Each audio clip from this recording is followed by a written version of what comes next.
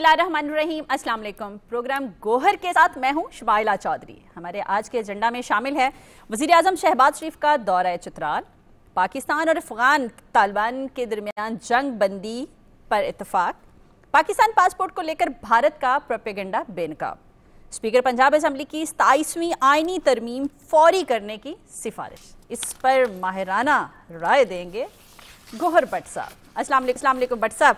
वालेकुम सलाम शुमाइला। सबसे पहले तो आपको मैं वेलकम करता हूँ मेरे शो में। आपने मेहरबानी की इसको होस्ट करने की जो जिम्मेदारी आपने उठाई है, तो उसके लिए आपका शुक्रिया।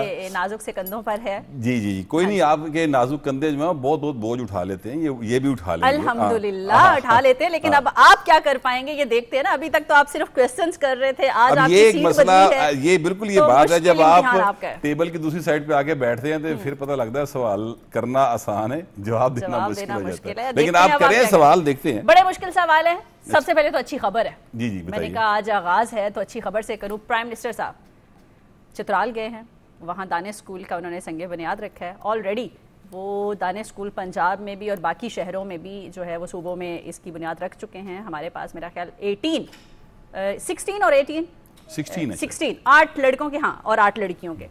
और अब जो चित्राल में संगे बुनियाद रख के आए हैं उसके बारे में मैं आपसे ये पूछूंगी कि वैसे तो ये काम एजुकेशन पर ध्यान देना जो लोकल गवर्नमेंट होती है वहाँ की, केपी सूबाई को उसका काम होता है, लेकिन केपी में तो उनको अपनी लड़ाइयों से ही फुर्सत नहीं। अच्छा, ये देखिए, ये जो आपने बात की है, ये पहले ना जो तालीम थी 18वीं तरमीम से पहले तालीम और सेहत ये फेडरल सब्जेक्ट होते थे। अच्छा, उसके बाद हुआ ये कि इनको सूबाई हुकूमतों को दे दिया गया।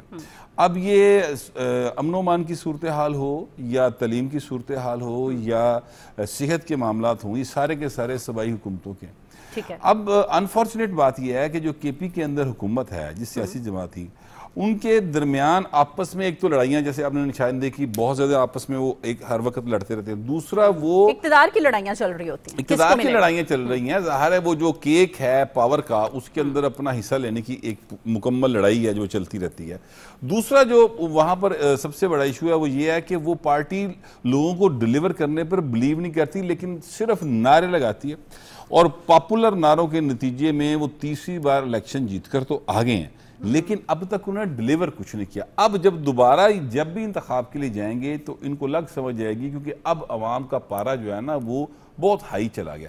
अब ये देखिए, जो प्राइम मिनिस्टर साहब गए हैं वहाँ पे गिलगित बल्तिस्तान, और वहाँ पर जाकर उन्होंने एक दानिश स्कूल का इफ्ताह किया। वैसे मैं आपसे गुजारिश करूँगा, दानिश स्कूल जो है ना वो बहुत अच्छा प्रोजेक्ट है, 2010 से शुरू हुआ। जी, ये जब प्राइम मिनिस्टर शहबाज शरीफ जो है वो सीएम शहबाज हुआ करते थे, उस वक्त उन्होंने, ये उनका आइडिया था और उसके जरिए उन्होंने यहाँ पर बुनियाद रखी पंजाब में, और इसके बहुत अच्छे नतीजे निकले, बहुत अच्छे नतीजे निकले। दुनिया में इन स्टूडेंट्स ने पाकिस्तान का नाम रोशन किया, और बहुत ही गरीब जो घराने को बच्चे थे वो ऊपर आए हैं, और बहुत जबरदस्त ये काम हुआ। बाहर अब वहां पर जाके जो उन्होंने बुनियाद रख दी है, तो एक तो ये है कि जो केपी के अवाम है वो ज़ाहिर इस बात को नोटिस करेंगे कि भाई ये शहबाज शरीफ साहब जो प्राइम मिनिस्टर हैं वो यहाँ पर आकर हमें तालीम दे रहे हैं। सेहत का मामला होता है तो फेडरल गवर्नमेंट आती है, अगर सैलाब आ जाए तो फेडरल गवर्नमेंट जो है वो रेस्क्यू करने आती है, या इवन पंजाब गवर्नमेंट कहती है कि जी हम आपको रेस्क्यू करते हैं, सिंध गवर्नमेंट कहती है कि जी हम आपको रेस्क्यू। जी जी बिल्कुल, मैं ही कह रहा हूँ जी, सारा कुछ किया। तो ये सारा मामला जब देखते हैं वहां के लोग, तो फिर उनको ये आता है उनके जहन में ख्याल कि यार एक ही पे कर देने, फिर ऐसी इन्होंने किस चक्कर से ले आंदा थे। दूसरी बात जो है ना, आपने असल बात नहीं अभी तक पूछी। असल बात ये है, मैं बताता हूँ आपको, वो मैं आप मिस कर रही। असल बात तो यही थी जो आपने खुद बता दी कि ये जो ये एक असल बात रह गई, सूबे का काम था और शहबाज शरीफ साहब ने तब से शुरू किया, इससे आगे खुद एक सूबे के जिम्मेदार थे। इससे आगे बात ये है, मुबारक देने वाली। उन्होंने ये कहा कि मैंने उनको मुबारक भी दी है, और साथ प्राइम मिनिस्टर ने इस उम्मीद का इजहार किया कि जो दहशतगर्दी के खिलाफ जंग है वो ये हमारे साथ ताउन करेंगे और हम मिलकर इस सूरत हाल को कंट्रोल करेंगे। ये कि उन्होंने प्राइम मिनिस्टर ने ना इसके ऊपर उम्मीद का इजहार किया कि वो ये करेंगे, मेरी उनसे बात हुई है। अच्छा, मैं आपसे गुजारिश करूं कि उम्मीद तो अच्छी रखनी चाहिए हमेशा, बिल्कुल ठीक है। प्राइम मिनिस्टर ने उम्मीद अच्छी रखी है, अल्लाह करे वो उम्मीद जो है वो बाहर आए और ऐसा ही हो जैसा वो सोच रहे हैं। लेकिन अगर इनके माजी को देखें, यानी इससे पहले अलीमीन गंडापुर थे, ठीक है। और फिर अगर हम ये देखें कि जनाब इनका थ्रू आउट जो रवैया है बतौर एक सियासी जमात के, या ये जो अब वजीर आला हैं सुहेल अफरीदी साहब, ये जब वजीर आला बने हैं तो इनकी जो स्पीच थी वो किस तरह की थी ऐवान के अंदर। उसके बाद दोबारा इन्होंने एक स्पीच की, उसमें जिस तरह के इन्होंने अल्फाज जो हैं वो रियासती इदारों के बारे में, वफाकी वज़रा के बारे में, वफाकी हुकूमत के बारे में अदा किए, तो ये सारी चीज़ें मिला कर देखा जाए तो मुझे सच्ची बात है इनसे वो तवक्का नहीं है जिसकी उम्मीद प्राइम मिनिस्टर कर रहे हैं। अल्लाह करे कि प्राइम मिनिस्टर की उम्मीद दुरुस्त निकले और मेरी तवक्का गलत निकले। मैं साथ ये दुआ कर रहा हूँ कि अल्लाह करे, क्योंकि देखिए मेरी बात सुनिए, ये बड़ा सीरियस मामला है। ये जो दहशतगर्दी का मामला है ना, ये बड़ा सीरियस मामला है हमारे लिए, और इस मामले के ऊपर हम जीरो टॉलरेंस के साथ चलेंगे तो आगे बढ़ेंगे। अगर हम इसके ऊपर इफ एंड बट्स के साथ चलते रहेंगे, अच्छा देख लेते हैं, कर लेंगे, आ जाता हो जाता, तो यकीन जानिए ये मामला हल नहीं होगा। इसके ऊपर हमें बाकायदा तौर पे एक स्टैंड के साथ और एक स्टांस पूरी कौम का होगा तो इसमें कामयाबी मिलेगी। इसीलिए प्राइम मिनिस्टर जो है उनको ऑन बोर्ड लेने की बात कर रहे हैं। ये एक बहुत अहम सीरियस मसला है, तो अल्लाह करे कि पॉजिटिव रवैया जी जी बिल्कुल, मैं तो कहता हूँ अल्लाह करे उनका पॉजिटिव रवैया जो है वो बिल्कुल जैसी वो तवक्का कर रहे हैं, उम्मीद कर रहे हैं, बिल्कुल वैसे ही हो जाए। और मेरी सारी बात इस हवाले से या मेरी उम्मीद या मैं तो जो बात कर रहा हूँ वो गलत साबित हो जाए। ये कहा है कि खान साहब आप काम करें, हम आपके साथ हर तरह का ताउन करेंगे, लेकिन आप काम करें। प्रॉब्लम ये थी कि काम उनके नजदीक काम क्या है? उनके नजदीक काम ये है कि जनाब धरना देना है, लॉन्ग मार्च करना है, ओए तोए उनके नजदीक काम है, यही काम वो करते हैं। उनके लीडर ने भी यही किया, बानी पीटी ने, और अब वो उनके जो फॉलोअर्स हैं वो भी यही करते हैं। आप मुझे बताइए, जो सियासी जमातें होती हैं ना, वो अपना जो इशू चल रहा होता है उसका एक मुतबादल हल देती हैं कि भाई आप हुकूमत जो है वो ये कह रही है, हम बताते हैं कि ये मसला इस तरह नहीं, इस तरह से हल होगा। आज तक मुझे बताइए पीटीआई ने किसी जगह के ऊपर मुतबादल काबिल अमल हल दिया हो? वो कभी हल नहीं देते। वो मसाइल की निशानदेही करेंगे और उसकी निशानदेही भी अपने अंदाज से करेंगे, फिर उसको ऊपर प्रोपेगेंडा करेंगे, ना भी हो तो बना देते। जी जी, फिर मसाइल क्रिएट करेंगे, फिर उसके ऊपर प्रोपेगेंडा करेंगे, फिर उस प्रोपेगेंडे के ऊपर बाकायदा तौर पर एक बयानिया घड़ेंगे और फिर कहेंगे हम लॉन्ग मार्च करें। ये रवैया उनका तब भी था जब वो हुकूमत में नहीं थे, फिर तब भी वही रवैया रहा जब हुकूमत में वो आ गए, और अब जब वो हुकूमत में फेडरल गवर्नमेंट में नहीं है तब भी ये रवैया। पंजाब केपी के अंदर उनकी हुकूमत है, आप मुझे बताइए वहां पर कितने नए स्कूल बने हैं, कितने नए कॉलेजेस बने हैं, कितनी नई यूनिवर्सिटीज बनी हैं, कितने उन्होंने हॉस्पिटल्स बनाए हैं। वो तो अपनी गुड गवर्नेंस की बातें करते हैं सर, वो गुड गवर्नेंस की बात ही करनी है ना। बात करने में और काम करने में जमीन आसमान का फर्क है। अब देखिए पंजाब के अंदर काम हो रहा है, सिंध के अंदर काम हो रहा है, यानी जो हेल्थ के मामलात हैं सिंध में इस हवाले से बड़े काम है। पंजाब के अंदर बेहतरीन काम हो रहे हैं सर। मैं बिल्कुल आपको ऑनेस्टली बता रहा हूं, पंजाब के अंदर हेल्थ के हवाले से अभी ये मरीम नवाज शरीफ साहबा की जो गवर्नमेंट अभी यहाँ साल डेढ़ एक हुआ है, ये आप अगर जाएं इधर वलेंशिया की साइड पे तो वहां पर नवाज शरीफ कैंसर हॉस्पिटल जो है बहुत बड़ा हॉस्पिटल, बड़ा ह्यूज सेटअप है जो बन रहा है, और वो मेरा ख्याल है कि शायद 40% ज्यादा कंप्लीट भी हो गया और अभी बहुत तेजी के साथ काम वहां पर जारी है। तो काम करना हो रहा है, गल्ला करनी हो रहे हैं। ये हुण गल्ला दे गल लड़ने गल्ला करी जांदे ने, वो एक अलग बात है। हकीकत ये है कि काम मुझे तो नजर नहीं आ रहा। अब अगर केपी के अंदर काम होगा, इलेक्शन होगा, पता चल जाएगा कितना काम किया, सामने आ जाएगा। तो देख रही है ना जी, आवाम देख और रही है। आपकी जो अच्छी गवर्नेंस है वो भी देखी जा रही है। कितने सारे प्रोजेक्ट जो पेंडिंग पड़े हैं, और कब से आपकी 3 टेन्योर हो चुके हैं इनकी गवर्नमेंट है वहीं पे। जी, वहीं पे गवर्नमेंट है, और ये पहली बार हुआ है कि केपी के अवाम ने कंसेक्टिव तीसरी बार एक ही पार्टी को वोट किया,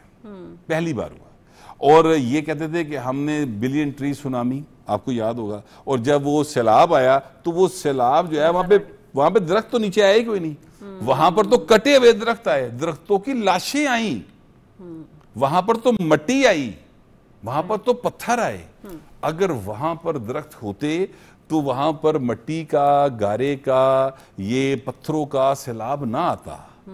सैलाब आता ही नहीं, मतलब वहां, हाँ जी, क्लाइमेट चेंज जो हुआ है ये सब वहां पर जो टिम्बर माफिया है जिसको जाहिर है कि सूबाई गवर्नमेंट ने कंट्रोल करना है और उन्होंने नहीं किया कंट्रोल।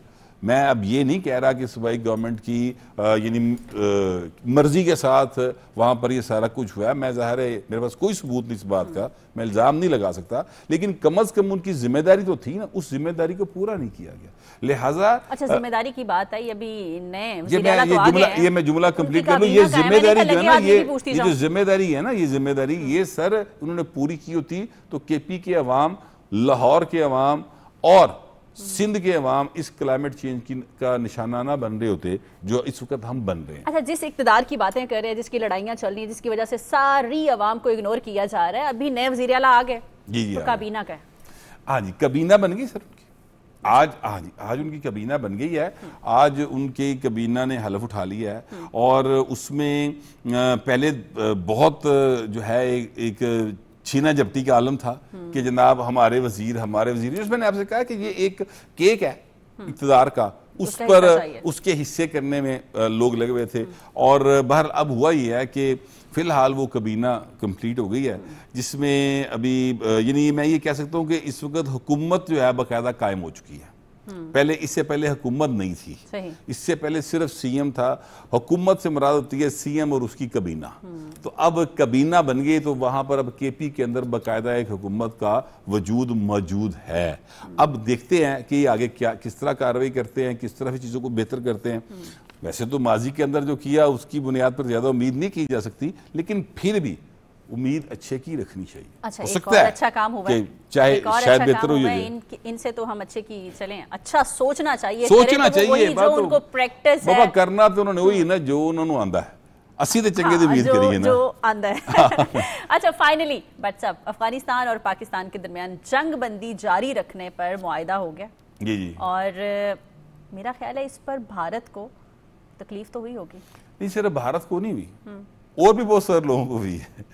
भारत नंबर 1 है, कौन लोग उस तकलीफ में नंबर 1 भारत है। अच्छा, वो जाहिर है सोशल मीडिया के कुछ अकाउंट्स हैं जो कि इस तरह की प्रोपेगेंडा करते थे और जो चाहते थे कि ये लड़ाई जारी रहे। पाकिस्तान तो डे फर्स्ट थे, सच्ची बात है कि अमन के लिए जितनी कुर्बानी पाकिस्तान ने दी है और दुनिया के अमन के लिए कुर्बानी दी है, शुमाइला ये जो बात है ना, ये दुनिया को बार बार याद दिलाने की जरूरत है हमें कि भाई 9/11 के बाद जितनी बड़ी कुर्बानी पाकिस्तान ने दी है, बिल्कुल हमारे 80,000 से ज्यादा शहरी और सिक्योरिटी फोर्सेस के जवान जो हैं वो शहीद हुए, बिल्कुल हमारा ट्रिलियंस ऑफ डॉलर्स का नुकसान हुआ है, हमने दुनिया को अमन दिया है इसके बदले में। और अब भी हम ये जो अफगानिस्तान के अंदर जो मामलात हैं उसमें अब भी हम अमन की बात कर रहे हैं, अब भी हम उन्हें कह रहे हैं कि भाई आप बैठ के अपनी साइड को क्लियर करें। अच्छा, अब एक ना इत्तेफाक के राय से जो है एक अलामिया जारी हुआ, उस अलामिया में जो सबसे अहम पॉइंट है ना, वो ये नहीं है कि 6 नवंबर को दोबारा बैठेंगे और उसमें मोडालिटीज तय की जाएगी। नहीं, यही हुआ है कि 6 नवंबर को दोबारा बैठ के टर्म एंड कंडीशंस फाइनल करेंगे। हाँ, ये हुआ है, लेकिन इसमें सबसे अहम पॉइंट जो है वो ये है कि जो अफगान तालिबान है उन्होंने इस बात को तस्लीम कर लिया कि उनकी साइड पे दहशतगर्द मौजूद हैं, उनकी साइड पे शरपसंद मौजूद हैं। ये बात उन्होंने तस्लीम कर ली, ठीक है। अच्छा, जब आप ये तस्लीम कर लेते हैं कि हमारी साइड के ऊपर यानी अफगान तालिबान की साइड पे अफगानिस्तान के अंदर दहशतगर्दी के अड्डे मौजूद हैं, तो फिर इसका मतलब है कि आप ये कह रहे हैं कि पाकिस्तान ने जो भी इल्जाम लगाया वो दुरुस्त है। बिल्कुल सही। तो जब वो इल्जाम दुरुस्त है तो फिर उसको खत्म या आप करें वरना फिर ऐसी करांगे, क्योंकि अब ये तो हो नहीं सकता कि जनाब आप वो दहशतगर्दी के अड्डे रख के बैठे रहें और उसके बाद जो है वो दुनिया से आप कहें कि जनाब ये साडे मेहमान ने, असी इन्होंने तुहानू कुछ नहीं कह देना, ए जो मर्जी कर दे, फिर ऐसा नहीं होगा, ठीक है। जैसे ख्वाजा साहब ने कहा कि अगर उस साइड के ऊपर मुकम्मल खात्मा नहीं होता तो फिर ये अमन नहीं आएगा। सही बात है। हम कार्रवाई करेंगे, क्योंकि वो ना मुकम्मल फितना है, वो मुसलसल उस तरफ से इधर घुसने की कोशिश करते रहते हैं, तो जिसके नतीजे में फिर जाहिर है कि हमें रिटेलिएट करना पड़ता है। अब अगर जैसे उन्होंने पहले किया तो आप याद कीजिए उसका तो अफगानिस्तान के जो वजीर खारजा हैं वो दिल्ली के दौरे के ऊपर थे, और वहां पर होते हुए यहां से अफगानिस्तान की तरफ से बाकायदा हमला हुआ और फिर हमने बहुत जबरदस्त जवाब दिया, बड़ा मौसर जवाब दिया और फिर ये मतलब बाकायदा तौर पर चीका सा ना सामान देकर जानिए। सुनने को आई है कि अब अगर इस कॉन्ट्रैक्ट से कोई मुकरेगा ना तो उस पर फाइन भी होगा। हाँ नहीं, फाइन भी होगा। सिर्फ देखिए बात ये नहीं कि सिर्फ फाइन, दुनिया के अंदर ना आपकी जो अहमियत होती है ना आपकी कमिटमेंट की होती है कि आप जो कमिटमेंट करते हैं वो ऑनर कितनी करते हैं। तो अगर अफगान तालिबान अब अपनी कमिटमेंट से मुकरेंगे तो फिर दुनिया के अंदर इनकी कोई हैसियत नहीं रह जाएगी। दुनिया ऑलरेडी पाकिस्तान के मौकफ के साथ है, चाहे वो इंडिया का मामला हो चाहे वो ये वाला मामला हो, दुनिया जानती कि पाकिस्तान सच बोल रहा है और अमन चाहता है। जी ये देखिए कि पाकिस्तान का जब इंडिया ने पाकिस्तान पे एक इल्जाम लगाया पहलगाम वाला, उस वक्त भी पाकिस्तान ने कहा कि आप इंक्वायरी करवाएं और उस इंक्वायरी जिस मर्जी फोरम पे करवाएं, हम मुकम्मल तामन करेंगे। अब इंडिया जो है ना वो हर मुल्क के पास गया कि जी हमारे यहाँ दहशतगर्दी हुई है, हमारा साथ। उनका जी पाकिस्तान जो कह रहा है उस पर अमल करें, कोई दिया नहीं, सबूत दो ना पहले। अब हुआ क्या, इस वक्त इंडिया बिल्कुल तन्हा है दुनिया के अंदर, इसीलिए वो ऑपरेशन सिंदूर वाला जो सिर्फ गल्ला ही कर रहे हैं, ठीक है, अभी तक वो आगे नहीं बढ़ सके। एक तो जाहिर है कि उन्हें हमने 1.5-2 घंटे के अंदर बाकायदा फैंटी लाई पड़ गए, ठीक है, और उन्हें पता है कि उनकी औकात क्या। और दूसरी बात है उन्हें पता दुनिया उनके साथ नहीं है, दुनिया में उनका साथ नहीं दिया जाएगा अगर वो अब दोबारा हरकत करेंगे। दुनिया ने उसका असल रंग देख लिया, असल रंग देख लिया और उन्हें पता चल गया कि उनकी हैसियत क्या है। वैसे तो एक बने हंसी ना हवा बने हंसी कि जनाब इंडिया इतनी बड़ी मईशत और इतने जनाब मतलब 1 अरब 40 करोड़ की आबादी और जनाब उनका बड़ा उनके पास इतने लड़ाका तैयारे हैं और उनके पास एटमी कुव्वत है, बढ़िया एक हवा बनी सी। वो हवा वो फारग हो गई। अच्छा, इस पर भी मैं आती हूँ, डिटेल में पूछूंगी। और वो जो बिल्कुल ही दिमागी तवाज़न उसको कहेंगे मोदी का, मेरा ख्याल है वो खोने पे आ चुका है या खो चुके हैं। इस पर मैं डिटेल में बात बाद में करूंगी। पहले मैं इसी को कि ये जो हमारी जंग बंदी हुई है अफगानिस्तान के साथ, इसमें जो हमारे दोस्त ममालिक थे, तुर्किया था, कतर था, उन्होंने जो रोल अदा किया उसको आप क्या कहेंगे? नहीं बहुत अच्छा रोल अदा किया। देखिए दोस्तों का यही काम होता है कि वो चीजों को बेहतरी की तरफ लाते हैं। जब हम वापस आ रहे थे 2 दिन पहले, ये जी उन्होंने कहा जी आप जरा एक चांस दें मजीद। अब जाहिर है तुर्किया जो है हमारा बड़ा एक बेहतरीन दोस्त है। जब इंडिया के साथ हमारा मामला था तो तुर्किया खुल के हमारे साथ खड़ा हो। तो जब इतना काबिल एतमाद दोस्त हो और वो ये कहें कि एक मौका दिया जाए तो बिल्कुल मौका देना बनता है। और वो हमने उनकी बात मानी और उसका फिर बेहतर नतीजा निकला ना। देखें जंग किसी के फायदे में नहीं है, ये शुमाइला एक बिल्कुल पढ़ी लिखी बात है। जंग किसी के फायदे में नहीं होती, जंग से हर तरफ नुकसान होता है जिसका नतीजा, अब ये मैं आपको मिसाल दूं, रशिया और यूक्रेन की जंग चल रही है, पूरा यूरोप जो है वो वहां पर अब तक कीमतें जो हैं वो आसमान पे चली गई हैं। जंग कितने चल रही है, असर पूरी दुनिया में आ रहा है। तो ये जंग जो है ना हर जगह पे असर डालती है, लिहाजा ये इसको रोकना ही बेहतर फैसला होता है। मगर अगर आपके सर पे मुसल्लत कर दी जाए, कोई इस बात को कमजोरी समझ ले तो फिर जवाब देना पैदा है। तो तुर्किया ने मैं कहा और उनका बहुत अच्छा रोल है, मैं तो बहुत अप्रिशिएट करता हूं, बल्कि पूरी दुनिया अप्रिशिएट कर रही थी। अच्छा एक बात और है कि जब पूरी दुनिया ने देख लिया कि भारत में कितना दम था, किस तरह से पाकिस्तान ने इनकी धुलाई की और इनको मुंह छुपाना पड़ रहा है पूरी दुनिया से, उसकी हकीकत खुल के सामने आ गई। इसके बावजूद अफगानिस्तान कौन सी गलत फहमी में है कि इंडिया उनकी हेल्प करेगा और पाकिस्तान के साथ वो कोई टक्कर ले सकते हैं, तो फिर उनकी उम्मीदों पे क्यों बैठे हुए थे? अच्छा देखिए जो अफगानिस्तान है ना, इसकी जो हुकूमत है जरा प्लीज इसके फॉर्मेशन को जरा थोड़ा सा हमें अंडरस्टैंड करना चाहिए, करवाएं। ये आर्जी सेटअप है, ठीक है, एक बात। दूसरी बात यह है कि इनका अवाम के साथ पॉलिटिकल राब्ता कोई नहीं, ठीक है। देखिए दुनिया के अंदर जो ममालिक होते हैं वहां पर एक पॉलिटिकल तरीके से हुकूमतें आती हैं, जो भी निजाम होता है वो लोगों को सर्व करते हैं। अगर फर्ज करें किसी जगह पे डेमोक्रेसी नहीं है, बहुत सारे ममालिक हैं जहाँ पे डेमोक्रेसी नहीं है, लेकिन वहां पर अवाम को सहूलतें उनके डोर स्टेप पे दी जा रही है, ठीक है, लिहाजा अवाम जो है वो उस हुकूमत के लिए हमदर्दी का पहलू रखते हैं। अब ये जो अफगानिस्तान की हुकूमत है, ना ये अवाम को कोई फायदा दे रहे हैं, ना ही ये उनके मुंतखब कर रहे हैं, लिहाजा इनका कोई पॉलिटिकल राब्ता नहीं है उनके साथ। ठीक है, लेकिन मेरा क्वेश्चन ये था कि भारत जो अपनी हिफाजत नहीं कर सका हमसे, वो उनकी मदद क्या करेगा? बाबा अब मैं यही तो आप उसी तरफ तो आ रहा हूँ। मैं यही आपसे कह रहा हूँ कि वो ये नहीं चाह रहे कि वहां से भारत हमारी को मदद करेगा। उन्होंने तो भारत से मदद करने के लिए कि भारत की वो मदद करे $1 अरब लिया। ये उस $1 अरब के करिश्मे हैं जो आप देख रही हैं। ठीक है, तो अब ये उनका एक किरदार है, एक उन्होंने अपना तारीख के अंदर अपना क्या कहते हैं नक बढ़ा लिया है, पैसे लेकर अपने उस मुल्क के साथ वो यानी बदलहाज हो गए हैं जिस मुल्क ने उनको पिछले 40-45 साल से मुसलसल सपोर्ट किया हुआ है। कोई भी मामला हुआ है हमने अपने जो अफगान भाई हैं उनका हाथ नहीं छोड़ा।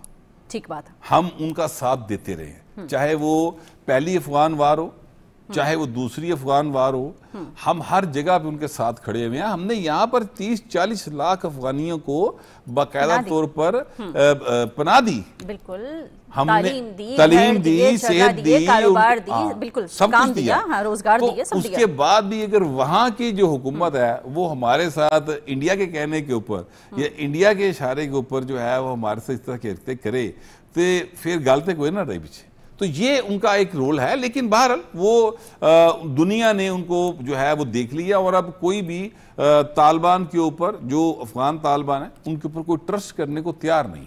हालात जो हैं वो उनके फेवर में नहीं है, हालात पाकिस्तान की फेवर में ही है। क्योंकि देखिए पाकिस्तान जो है वो 25 करोड़ का मुल्क है, पाकिस्तान एक एटॉमिक कुव्वत है। पाकिस्तान ने भी साबित किया कि वो दुनिया में अपने साथ जो भी यानी 10 गुना बड़ा मुल्क भी हो तो हम उनको शिकस्त फाश दे सकते हैं।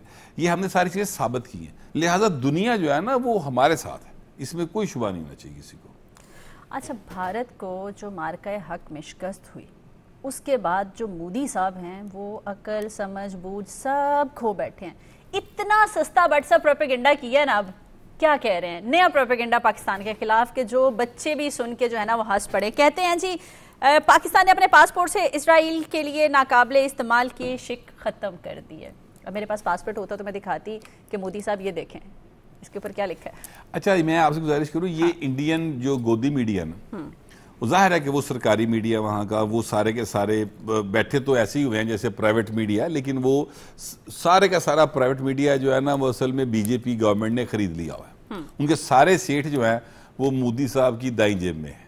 अच्छा। ठीक है, बल्कि जेब में भी नहीं, शायद उन्होंने मेरा ख्याल अपने पाँव की नोक पे रखे होते हैं। ठीक है, कोई बड़ा प्रोपेगेंडा करे ना जो पकड़ा ना जाए। अच्छा, वो जो प्रोपेगेंडा कर रहे हैं मतलब उनको इस बात की समझ नहीं आ रही कि इस चीज से कि इसराइल को हमने, अगर वो इस तरह कह रहे हैं ना कि इसराइल का नाम अगर हमने वहां से खत्म कर दिया, हमारे पासपोर्ट पे बड़े वाज़ेह तौर पे लिखा हुआ है कि ये पासपोर्ट दुनिया में हर जगह इस्तेमाल हो सकता है सिवाय इसराइल के। बिल्कुल सही। ठीक है, जिसका मतलब ये है कि हम इसराइल को तस्लीम नहीं करते और हमारा बड़ा वाज़ेह मौक़िफ़ है कि हम इसराइल को ना तस्लीम करते हैं। जब हम तस्लीम ही नहीं करते तो पासपोर्ट के ऊपर से उसका नाम मिटाने का तुक नहीं बनता। सही बात है। लिहाजा ये जो प्रोपेगेंडा था इसको तो बड़े वाज़ेह तौर पे जो है हमारे वज़ीर इत्तलात जो अता तारड़ साहब है उन्होंने इसको मुस्तरद कर दिया था और बड़ी दलील दो टोक तरीके से बड़ा वाज़ेह तौर पे कर दिया। लिहाजा ये प्रोपेगेंडा जो है ना उनका वो कारगर नहीं हुआ। कोशिश उन्होंने की, यहाँ पर भी कुछ लोगों ने उस चीज़ को घुमाने की कोशिश की। यहाँ पर जो इस हुकूमत के पॉलिटिकल अपोनेंट्स अपने आप को कहते हैं, वो ये नहीं देखते कि ये जो बात वो कर रहे हैं इससे इस हुकूमत को कोई फ़ायदा या नुकसान हो ना हो, इससे पाकिस्तान की बदनामी हो सकती है। वो इतने अंधे हो चुके हैं कि वो यानी इस बुग़ज़ के अंदर कि ये शहबाज शरीफ वज़ीर-ए-आज़म क्यों हैं, इस तकलीफ को इतनी बुरे तरीके से शिकार हैं कि वो जो इंडिया का प्रोपेगेंडा होता है उसको बाय कर लेते हैं और उसको फिर मजीद बढ़ा चढ़ा कर पेश करते हैं। तो वो भी बड़े शर्मिंदा हुए हैं, उनको शर्मिंदगी का सामना करना पड़ेगा। क्योंकि चीज़ें तो बड़ी क्लियर है ना यार, कुछ भी ना करें, सुबह पासपोर्ट आप अप्लाई करें, शाम को आपको पासपोर्ट बन के मिल जाता है, आप देख लें सर उस पर क्या लिखा हुआ है। क्या लिखा है। और तो लिखने के अलावा जो अभी हम अताउल्लाह तारड़ साहब की बात कर रहे थे, उन्होंने बड़ा क्लियर और दो टोक पता है क्या क्या उन्होंने कहा जी, पाकिस्तान ने ना कभी इसराइल को तस्लीम किया है और ना ही किसी किस्म का फौजी तावन ज़ेरे गौर है। मतलब अगली गलतफहमी भी दूर कर दी उन्होंने। नहीं, वो असल में वो अगली बात यही कर रहे थे।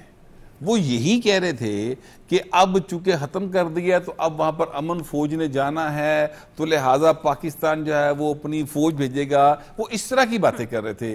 अच्छा, उसका मकसद सिर्फ एक है कि पाकिस्तान के अंदर इस हवाले से फिर एक इंतशार की कैफियत पैदा की जाए। ठीक है। अच्छा, अब हम एक मुल्क को तस्लीम ही नहीं करते, हम उसको बतौर एक मुल्क के रिकग्नाइज ही नहीं करते, हम उसकी मदद करने कैसे जा सकते हैं, या वहां पर हम अपनी अमन फौज कैसे भेज सकते हैं। तो ये सिरे से एक बिल्कुल फजूल प्रोपेगेंडा था, जो जाहिर है कि अब तारड़ साहब की इस दो टोक तरदीद के बाद खत्म हो गया। अच्छा, डीजी पासपोर्ट उन्होंने भी आज कोई प्रेस कॉन्फ्रेंस की है, क्या कहा उन्होंने? डीजी पासपोर्ट ने भी यही बात की। उन्होंने कहा यार ये किस किस्म की बातें हैं, मतलब देखे ना, ये मैं तो आपको कह रहा हूँ जो लोग भी ये बात कह रहे हैं ना, उनके लिए बड़ा एक बिल्कुल सामने की बात है। पता नहीं 5,000 या 10,000 रुपये लगता है शायद सेम डे पासपोर्ट मिलेगा, मुझे अब एग्जैक्ट नहीं पता, क्योंकि मैंने एडी छेती काम कभी नहीं पिया कि मैं सेम डे पासपोर्ट लेके निकल रहा हूँ। यानी मुझे इतनी जल्दी में जरूरत नहीं ना पड़ती कि मैं सेम डे पासपोर्ट लेके तो मैंने कहीं ट्रैवल करना हो। तो अगर आप सेम डे पासपोर्ट लेना चाहे तो उसकी प्राइस हाई है, रूटीन के पासपोर्ट की प्राइस है ना, तो वो जो हाई प्राइस पे करे जिसको बहुत ज्यादा तकलीफ है, वो पता चल जाएगा भाजी उत्ते की लिया है। या बाकी ये भी बात छोड़ दे, पासपोर्ट ऑफिस चले जाए, वहां पे बहुत सारे लोग पासपोर्ट बनवा के निकल रहे होंगे ना, बहुत सारे लोगों को पासपोर्ट आ गए होंगे, वो लेके निकल रहे होंगे, उसको किसी को रोक के देख लो की लिया है, पता लग जाएगा। तो मैंने यही तो कहा है कि बिल्कुल अकल काम करना छोड़ गई है कि बड़ा ही छोटा सा और सस्ता सा प्रोपेगेंडा किया आपने। मतलब मोदी तो बिल्कुल फारिग हो गया। अच्छा, मोदी जो है ना, उसका मसला ये है कि 6 तारीख जो है ना मोदी के लिए बड़ी अहम है। अच्छा, नवंबर।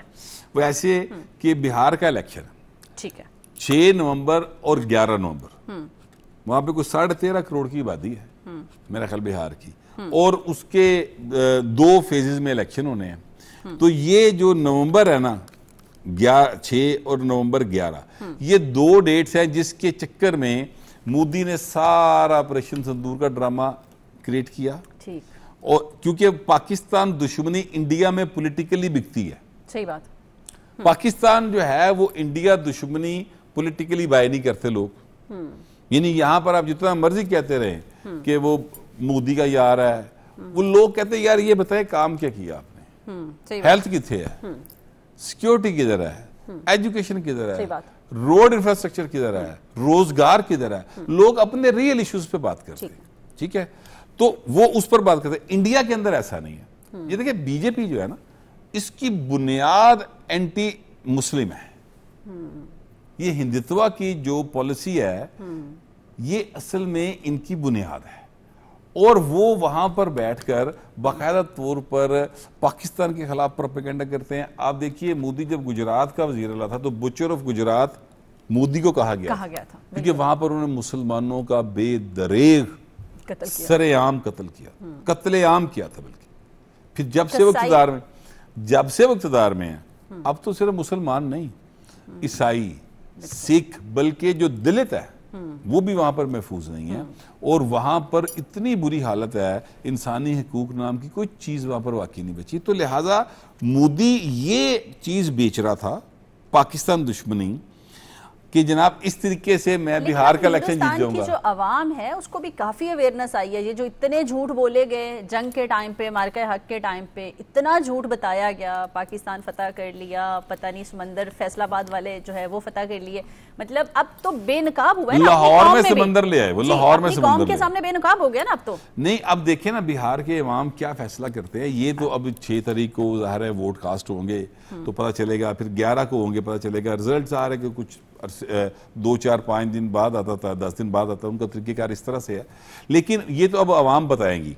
लेकिन अब तक के जो पोल्स हैं उसके मुताबिक मोदी के हालात वहां पे खराब है, यानी उनकी पार्टी के हालात पहले वाले नहीं है जो पहले हुआ करते थे। वहां पर बेहतरी है जो अपोजिशन जमातें उनके लिए, ऐसा कुछ वहां पर बेहतरी लग रही है मुझे। तो मोदी जो है ना, उसका प्रोपेगेंडा अभी काम नहीं आ रहा, जो उसने पाकिस्तान के खिलाफ शुरू किया था वो उनके काम नहीं आ रहा। तो क्योंकि वहां पर लोगों को रोजगार नहीं मिल रहा। अब देखिए, जो मोदी ने पाकिस्तान के साथ एक वो किया, यानी ऑपरेशन सिंदूर के नाम पे एक ड्रामा किया, उसके नतीजे में जो वहां पर बेरोजगारी आई है सिर्फ आईटी सेक्टर के अंदर। अब देखिए ना, अमेरिका ने जो उनके ऊपर टैरिफ लगा दिया, उसके नतीजे में वहां पर बेरोजगारी की बहुत खौफनाक लहर है। अब इलेक्शन भी आ गया है, तो लिहाजा वो सारे का सारा पॉलिटिकली अब उसको फेस तो करना पड़ेगा जो उसने किया है। तो वो मोदी की हुकूमत जो है, या कम से कम वहां पर जो बिहार की मामला है उसमें मोदी जो है वो काफी मुश्किल में मुझे लग रहा है इस वक्त। बाकी फैसला वहां के अवाम ने करना है, वो क्या फैसला करते हैं ये अब पता चल जाएगा। अच्छा, पंजाब की बात कर लेते हैं हम अपनी। हमारे पंजाब असम्बली के जो स्पीकर हैं मलिक अहमद खान साहब, उन्होंने फौरी कहा है कि 27वीं जो तरमीम है वो पेश की जाए, और उससे क्या मतलब जो बलदियाती हुकूमतें हैं उनको बाख्तियार, और ये क्या है, इसकी डिटेल तो आप बताएं ना। अच्छा, मैं आपसे गुजारिश करूं कि मलिक अहमद साहब जो है ना, पहले तो मैं आपसे गुजारिश करूं कि बहुत सारे स्पीकर माजी में रहे हैं पंजाब असम्बली में। मुझे कुछ 32-33 साल हो गए हैं असम्बली को कवर करते हुए। मलिक अहमद साहब मेरी नज़र में अब तक के दी बेस्ट स्पीकर है। ये बात मैं इसलिए कह रहा हूँ क्योंकि वो कानून को समझते हैं, आइन को मानते हैं, और वो मैंने असम्बली के अंदर उनको देखा है। वो 2002 में पहली बार जीत कर आए थे इस असम्बली के अंदर, तब भी वो आकर पूरी की पूरी बहस करते थे, रूल्स ऑफ बिजनेस की बात करते थे, और उनके कोट करके आईने पाकिस्तान को आगे बढ़ाने की बात करते थे। अब भी वो यही कर रहे हैं। अब उन्होंने जो ये जो पॉइंट उठाया ना, ये बड़ा दिलचस्प और बड़ा जरूरी पॉइंट है। इसको थोड़ा सा इस तरह से समझें। आइन का आर्टिकल है 140A है क्या? वो बलदियाती इंतखाबात के हवाले से वो ये कहते हैं, आइन का आर्टिकल 140A ये कहता है। उसके टोटल 2 उसके जुज हैं उस आर्टिकल के। एक जुज कहता है कि जनाब सूबाई हुकूमतें जो हैं वो कानून बनाएंगी जिसके तहत लोकल गवर्नमेंट्स जो हैं वो कायम की जाएंगी। वो लोकल गवर्नमेंट जो हैं वो फिर अपने अवाम के जो लोकल मसाइल हैं, ठीक है, उनको हल करेंगी। ये उसकी टोटल इबारत का मैंने आपको क्रक्स बता दिया।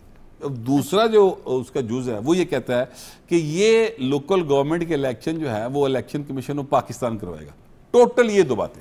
अब मलिक अहमद साहब ये कह रहे हैं कि यार ये एक बड़ा मतलब ढीला ढाला सा एक आर्टिकल है, इसको हमें बाकायदा तौर पर करना चाहिए कि इलेक्शन जो है वो कब होंगे, कितने अरसे में होंगे, और लाजमी होगा इलेक्शन करवाना है, और बाकायदा तौर पर जो है वो यानी लोकल गवर्नमेंट जो है उसके पास इख्तियार होगा कि वो अपना जो कानून है उसमें 2/3 मेजॉरिटी से तरमीम कर सकें। यानी एक बाकायदा तरीकेकार दिया जाए कि कितने अरसे के लिए लोकल गवर्नमेंट सेलेक्ट होंगी, 3 या 5 साल, मतलब वो अब जो आईनी तरमीम आए उसमें वो तय कर लें, ठीक है। और ये भी उन्होंने कहा कि साथ साथ ये भी तय किया जाए कि वो जो कानून है, जो कानून होगा वो लोकल गवर्नमेंट ही अपने तरीके से उसको बदल सकेगी 2/3 मेजॉरिटी के साथ। तो वो कहते हैं इस हवाले से आइन में बाकायदा वाज़ेह अंदाज में चीज़ों को लिखना चाहिए, जैसे पंजाब असम्बली के हवाले से है या कौमी असम्बली के हवाले से है। यानी प्रोविंशियल और जो नेशनल लेवल है वहाँ पर ही लिखा हुआ है कि कौमी असम्बली के इलेक्शन 5 साल के लिए होंगे, वहाँ पर वज़ीर आला का इंतखाब कैसे होगा, वहाँ पर वज़ीर आज़म का इंतखाब कैसे होगा, वहाँ पर वुज़रा कितने हो सकते हैं, वहाँ पर मुशीर कितने हो सकते हैं। वो कहते हैं इस तरीके से लोकल गवर्नमेंट का भी पूरा एक स्ट्रक्चर जो है ना वो बनाया जाए। तो ये उनकी डिमांड है। मैं इसको बहुत जस्टिफाइड समझता हूँ, इसलिए मैं ये समझता हूँ क्योंकि देखिए जमहूरियत का जो असल समर है ना वो आम आदमी तक पहुँचाना लोकल गवर्नमेंट ने। अब हर बंदा जो है वो उसको रोजाना घर से निकलना है तो सड़क के ऊपर कूड़ा है या नहीं है ये उसको देखना है, सही। उसने फेस तो करना है ना, सफाई को फेस करना है। उसने जो है सड़क टूटी हुई है, गली के अंदर पानी खड़ा है, सीवरेज का मामला है, छोटे छोटे और बहुत सारे इश्यूज हैं लोकल जो इन आम आदमी को फेस करने पड़ते हैं। वो सारे लोकली अगर हल हो जाए तो वो दी बेस्ट है। अब जब से ये निज़ाम यहाँ पर नहीं है, पंजाब के अंदर नहीं, वैसे बाकी तीनों सूबों के अंदर ये सिस्टम मौजूद है, तो जब से नहीं है तब से आप मुतलका MPA के पास जाते हैं, MPA का हल्का बहुत बड़ा होता है, या MNA के पास जाते हैं उसका हल्का उससे भी डबल से ज्यादा होता है। तो अब वो कितने लोगों के काम करवा सकता है जी? कम। तो फिर जब आपकी गली का आपका कोई भी चौधरी गफूर या कोई गौहर या कोई शुमाइला, वो जब मुंतखब हो गए आपके सामने बैठे होंगे तो आप उनसे जाके कहेंगे भाई ये गली ठीक करवा लें। वो उनको बाख्तियार भी उतना करना चाहिए। जी, यही वो कह रहे हैं कि उनको बाख्तियार भी किया जाए। यही एक्चुअली ये भी बहुत मलक अहमद साहब जो हैं वो यही बात कह रहे हैं कि उसको बाख्तियार भी किया जाना चाहिए। और जब ये आइन के अंदर तरमीम आ जाएगी ना शुमाइला, इस तरीके से पूरा एक उसका फ्रेमवर्क आ जाएगा, तो फिर ये पूरे पाकिस्तान पर लागू होगा, सिर्फ पंजाब पर नहीं होगा। फिर ये कराची में भी होगा, फिर ये लाड़काना में भी होगा, फिर ये पेशावर में भी होगा, ये कोयटा में भी होगा, ये लाहौर में भी होगा। तो वो एक्चुअली चाह ये रहे हैं कि इस तरीके से एक बेहतरी आ सकती है और आवाम को फायदा मिल सकता है, और ये मिलना चाहिए। दुनिया पूरी के अंदर लंदन का मेयर इतना ज्यादा बाख्तियार है कि अगर आप उसके कभी इख्तियारात को स्टडी कर ले तो बंदा घबरा जाता है कि हैं इतना बाख्तियार है। इसी तरह जो न्यूयॉर्क का मेयर है वो बहुत ज्यादा बाख्तियार था। यानी ये मैंने 2 बड़े शहरों का वैसे नाम लिया, अदरवाइज हर शहर का मेयर ही बहुत जो है वो बाख्तियार है। पूरी दुनिया में लोकल गवर्नमेंट जो है ना वो बहुत ज्यादा बाख्तियार होती है और उसकी बहुत ज्यादा अहमियत है। उसी की वजह से डेमोक्रेसी जो है वो पूरी दुनिया के अंदर जड़ें रखती है अपनी, और लोग जो हैं उसको फायदा होता है। तो मलिक अहमद साहब की बात जो है ना, मैं इससे बिल्कुल इत्तेफाक करता हूँ। ये बिल्कुल होना चाहिए। कौन नहीं कर रहा? ये इत्तेफाक कौन नहीं कर रहा? ये मामला अब ये है कि हमारे पॉलिटिकल सेटअप के अंदर लोग होते हैं जो सामने आके इस बात से इख्तिलाफ नहीं करते, ठीक है, लेकिन वो बहुत सारी ऐसी जो है वो ना नजर आने वाली हरकतें करते हैं जिससे मामला चलते चलते वो खराब हो जाता है, ठीक है। और ये सारे पॉलिटिकल सिस्टम का हिस्सा होते हैं। यानी मैं ये नहीं कह सकता कि ये हरकत करता है या वो ये हरकत करता है, मैं किसी के ऊपर ऐसे इल्जाम नहीं लगा सकता, लेकिन वो उस सिस्टम के अंदर इतनी हर्डल्स होती हैं जिसके नतीजे में मामला जो है वो गड़बड़ होता है। अच्छा खासा एक कानून बन रहा होता है, एक बाबू टाई वाला उठता है और वो कहता है कि सर जी ये तो फलाह कानून के साथ जो है ना, लेकिन उस बाबू टाई वाले का भी तो फायदा है ना, इसमें तो सबका फायदा है। नहीं, बाबू टाई वाले का देखिए, अगर आम आदमी का फायदा होगा तो फिर वो सबका फायदा होगा ना। तो यहां पर ये दौड़ भी होती है कुछ लोगों के ज़हन में कि सिर्फ साडा फायदा हो, ठीक है, इस तरह से भी होता है। तो सिस्टम के अंदर बहुत सारे मसाइल होते हैं। मसलन अभी मैं आपसे गुजारिश करूं, आइन का आर्टिकल है 254 एक, वो ये कहता है कि अगर कोई एक काम जो मुय्यना मुद्दत के दौरान होना जरूरी था वो नहीं हो सका तो कोई बात नहीं, लेट भी हो गया तो खैर है, यानी उस पर कोई हो गया है ना, ये काफी है।